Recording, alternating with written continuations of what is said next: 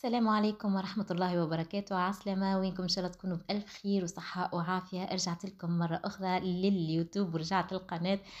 نعرف طولت عليكم المرة هذه وكانت غيبة طويلة، أما الله غالب صدقوني برشا حاجات كانت مأثرة فيا. المهم ماناش باش نحكوا في الحكاية هذه اليوم. جيتكم في تجهيزات رمضان، إن شاء الله يا رب يدخلوا علينا بالخير والبركة والسعادة واليمن يا ربي آمين، وعلى الأمة الإسلامية أجمعين. أكيد ما كنتش نجم إني المناسبة هذه الكبيرة إني فوتها عليا وما شاركش معاكم ولو بحاجات بسيطة، يعني كما قاعدين تشوفوا. أما المهم حاجة تسعدني وتفرحني إني نشاركها معاكم.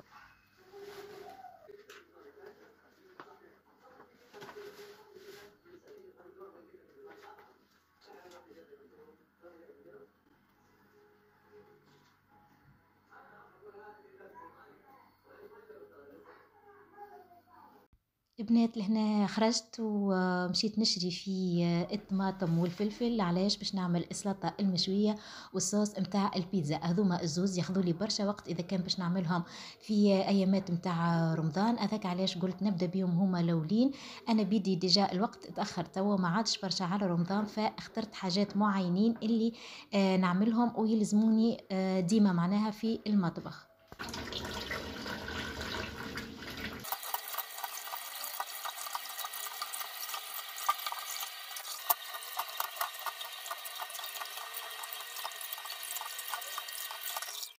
بعد ما غسلت الطماطم والفلفل خليتهم يستقطروا ورجعت لك النبتة هذيك ما قلت لكمش انا معناها خرجت باش نشري نلقى واحد يبيع فيه النباتات وعجبتني هذيك محلاها فيها برشا الوان، اخترت اللون هذاك.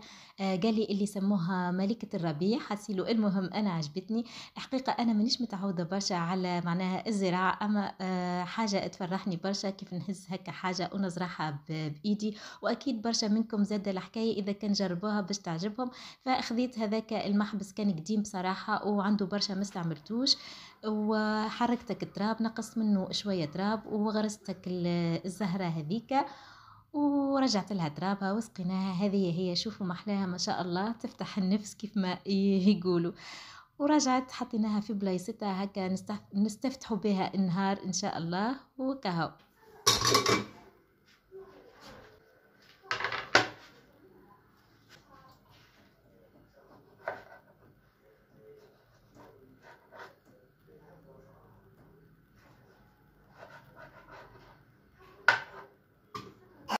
لهنا البنات اول حاجه بديت بالصوص متاع البيتزا. حبيت نبدا بها هي الاول خاطر باش نحطها معناتها فوق الغاز وسهله بصراحه ما تاخذش برشا وقت.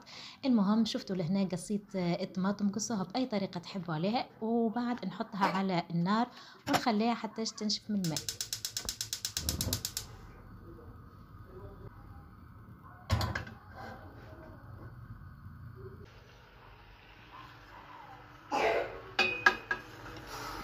قلت لكم البنات نخليها فوق الغاز ونخليها من غير نزيدها لا مالح حتى شيء، معناها نحط على غاز هاديه تبدا خفيفه، وساعه ساعه نحركها ما تغفلوش عليها خاطر بارفوا تشد معنا. هنا رجعت للسلطة المشوية. شوفوا البنات الفلفل ديجا هكا استكتر من الماء. شريت فلفل حلو وفلفل حار. الحار ماهوش برشا، شوية هكايا كعبات تقريبا، هذايا كيلو ونص ما بين الفلفل الحلو والحار، وثلاثة كعبات طماطم. والبصل مانيش باش نستعمل برشا، ديجا هكا بصلة قصيتها وباش نستعمل طرف ثلاثة معناها طروف هكا هاو. الطرف الرابع ما استعملتوش. بالنسبة للثوم نستعمل صراحة برشا ثوم، نحبها هكا تبدا فاوحة بالثوم يعطيها نكهة ياسر بنينة وفاوحة، أما البصل نحسه يبسلها هكا شوي. بالنسبة للثوم زاد هكاكا فصصته ثلاثة روس كبار متاع ثوم. وبعد باش نشوي كما قاعدين نشوفوا الفلفل، حطيت هذايا الطاجين فوق النار، وحطيت الفلفل. نبدا بالفلفل الاول وكهو، من بعد الطماطم، بعد البصل والثوم كيف كيف انا معناها نعمله بقشور والثوم، ما نحبش نحطه هكاكا من غير قشور. سلطة مشوية طلبتها مني متتبعة، نحبها برشا برشا برشا. وشوفوا لهنا الطاجين هكا تكسر لي شوي. وبالرغم مانيش حاطه النار قويه. هذايا المره الثانيه اللي نستعمل. المره الاولى استعملته في الخبز وماهيش فكره بصراحه، ما يطيبش الخبز بالكل. هذايا هو خاص للسلطه المشويه اكهو. اما بنينه بصراحه، السلطه نتاعو بنينه برشا كأنها طايبه على الفحم. شريته تقريبا ب10 دينارات اكهو. وبعد البنات استنى خلي نقول لكم المتتبعة هذه هي طلبت مني متتبعة وفية برشا ونحبها برشا برشا، ما تفوتليش حتى فيديو. حب نسلم عليها ونقول لك راني توحشتك برشا برشا حبيبتي. الله غالب حبيت ان بعد ما قلتي لي معناها اعملي لي المرقة نتاع البسباس وسلطة مشوية، وكنت ناوية صراحة اني نعملهم، اما الله غالب برشا حاجات تبدلت، فقلت اول حاجة نرجع بها وجات معناها بالصدفة بالزهر. هاك عملنا سلطة مشوية، وان شاء الله ان شاء الله مرقة البسباس نشاركها معاك. شفتوا البنات الفلفل حطيته في الساشيه هذيك بعد ما معناها تشوى بالكدا، نحطه في الساشيه ونخليه حتىش يبرد. وبعدها نوريكم كيفاش نكملوا السلطه. لهنا رجعت للصوص. ديجا بدات تشرب الماء متاعها، فوحتها بالملح، وحطيت تقريبا 4 مغارف كبار متاع سكر. السكر علاش؟ باش ينحي اكل القروسيه متاع الطماطم، وديجا هوكا مفوحه بالملح وبالسكر. ما بقى كان الزيت والبصل وشويه فلفل اكحل وزعتر اكاهو، وتبدا الصوص متاعنا بعد من غير لا نزيدوها لا مالح حتى شيء نطيبوا به. لهنا هذه السلطة بعد ما كملناها شوينا الفلفل والبصل والطماطم والثوم كل شيء حطيتهم في الساشيات هذوما. قلت يمكن صحيين أكثر معناها من الساشيات الأخرين العادية. خليتهم باش سامحوني استبرد شوي. خليتهم معناتها باش يبردوا، وبعد نحطهم في كسكاس وإلا حاجة باش يستقطروا الماء متاعهم قبل ما نقشرها. رجعنا لك الغاز، كانت بصراحة ياسر فوضى فيها. قلت خلنا نمسحها باش ما تتراكمش الوسخ فوق بعضه، وهذه برمي الحاجات اللي تساعد برشا في الدار وتساعد برشا المرأة كي تجربيها معناها تنفعك، خاطر ما تراكمش الوسخ على الحاجات و معناها تبدأ التنظيف من بعد يجيكم ساهل برشا.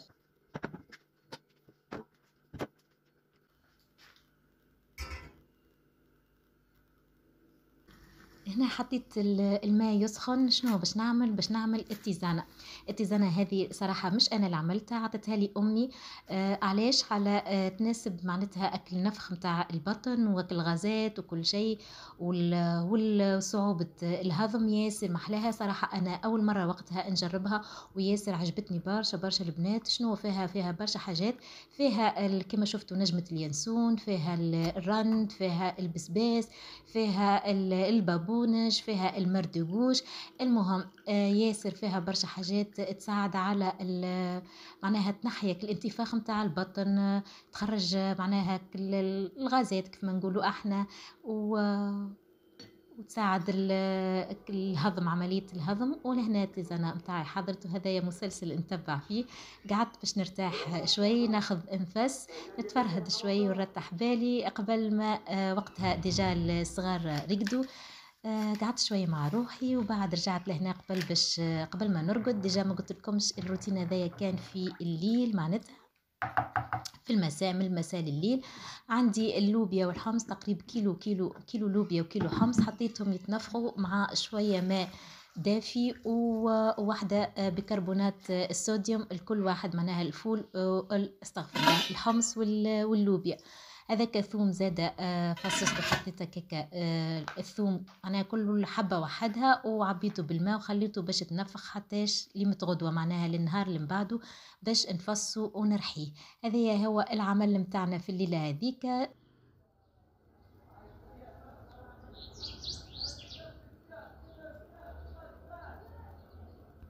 هنا البنات نهار جديد، يوم غدوة قمت بكري كما قاعدين تشوفوا، صبحت على الزهرة متاعنا وباش نعمل فطوري، وبعد نكملوا الحاجات اللي خليناهم من البارح. هنا بالنسبة للفطور البنات حبيت اني نعمل فطور صحي. الحقيقة الايامات هذه الكل كنت معناها من ناحية السكر كان من القهوة، وبعد عملت تحدي قلت باش نقص السكر يلزمني نبدأ بشوية بشوية، وقلت نقص السكر من فطوري متاع الصباح خاصة، وبعد نبدأ نقص بشوية بشوية من باقي النهار. شوفوا عملت لا إله إلا الله محمد رسول الله الشوفان مع عسل وشوية بنان. وديجا برشا مرات نشارككم في طريقتي متاع الشوفان هذيا، نحطو نغليه في شوية ماء وبعد نزيد عليه الحليب ويبدا جاهز. وبعد مشيت لك الحمص باش نحطه في الساشي ونكملوا ندخلوا الحاجات متاعنا اللي عملناهم نتهنوا عليهم في الفريغو ولا في الكونجيلاتور. وكهو حطيتهم في الساشي ونحاول كما تشوفوا نعمل بالطريقة هذيك باش ما تاخذليش برشا مساحة. وخاصة البنات اللي عندهم معناها يبدو حتى أنا ما عنديش فريغو الحقيقة، عندي كالكونجيلاتور، فنحاول إني نستغل المساحة متاع الكونجيلاتور باش نعمل هكا حاجات تبدأ ساشي تبدأ صغيرة وما تاخذليش مساحة. شفتوا البنات ها هما الساشيات كاملين، عملت تقريبا 5 ساشيات متاع حمص، الكيلو عمل لي 5 ساشيات تاع حمص. كيف اللوبيا لهنا، هذه اللوبيا 5 ساشيات. هذايا الثوم بعد ما قشرته، حاولت ما شاركتهمش الحاجات هذه باش ما تاخذش برشا وقت من الفيديو، ما نطولش عليكم. بالنسبه للثوم بنات انا ما نرحيش بالملح، نرحيه بالزيت. علاش؟ خاطر ديجا انا مانيش عامله كميه كبيره برشا باش نخبيها المده طويله معناتها في الكونجيلاتور، جيست معناها متاع 10 15 يوم الاولانيين متاع رمضان.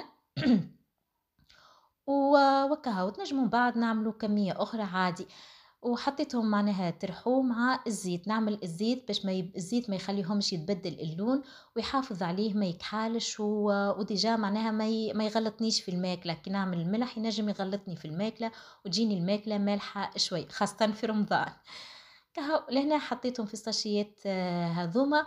وبديت هكاك نعملوا هكاك كأنه كيما الورقة معناها بطريقة يبدأ رهيف برشا على البابي.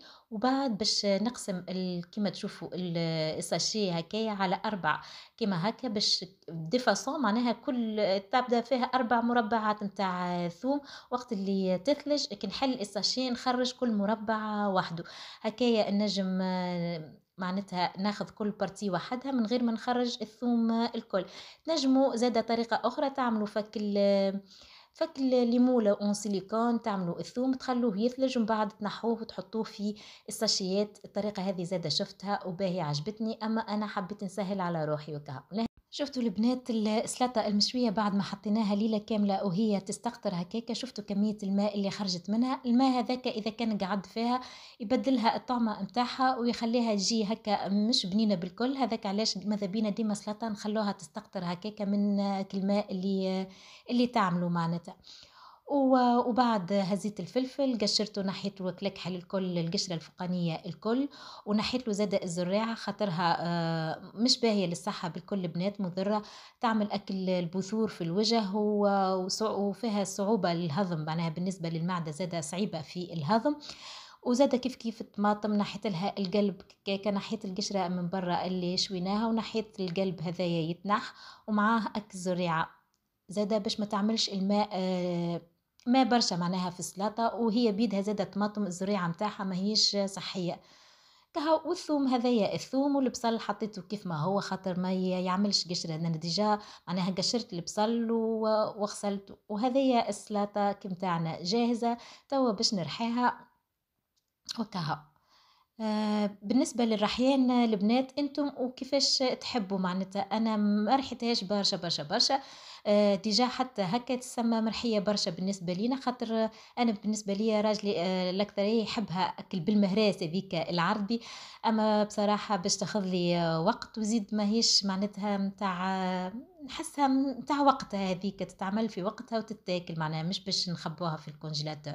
فوحتها بالملح ومغرفة كبيرة متاع كروية وبالزيت زيتونة. ولهنا السلطة متاعنا حاضرة ما شاء الله، ياسر بنينة. البنات جات خاصة كما قلت لكم راني نزود شوي كمية الثوم يبننها برشا وما نعملش برشا بصل. نحسها كي تبدا فيها برشا بصل تجي باسلة شوي كهو.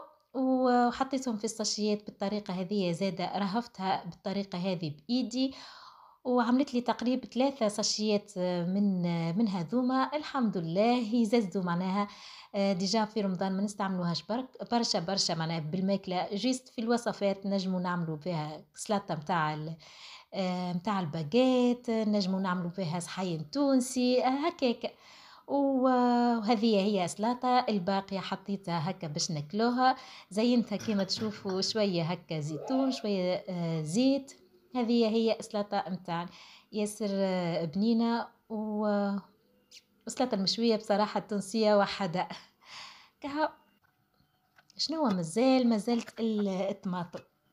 الصوص متاع البيتزا سهل برشا، ما فيش حتى هرج. نحيته هكاكا، حطيته في الوحدة هذية في الماكينة معناتها، والرحيناه وبعد نصفيه ونحطه في الساشي عادي.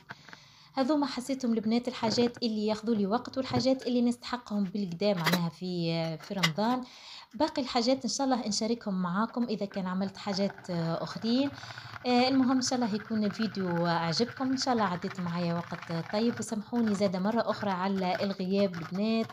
ان شاء الله يا ربي ما نسيتونيش، وان شاء الله رمضانكم مبروك، ان شاء الله كل عام وانتم حيين بخير وعائلاتكم بخير، والأمة الإسلامية الكل بخير يا ربي.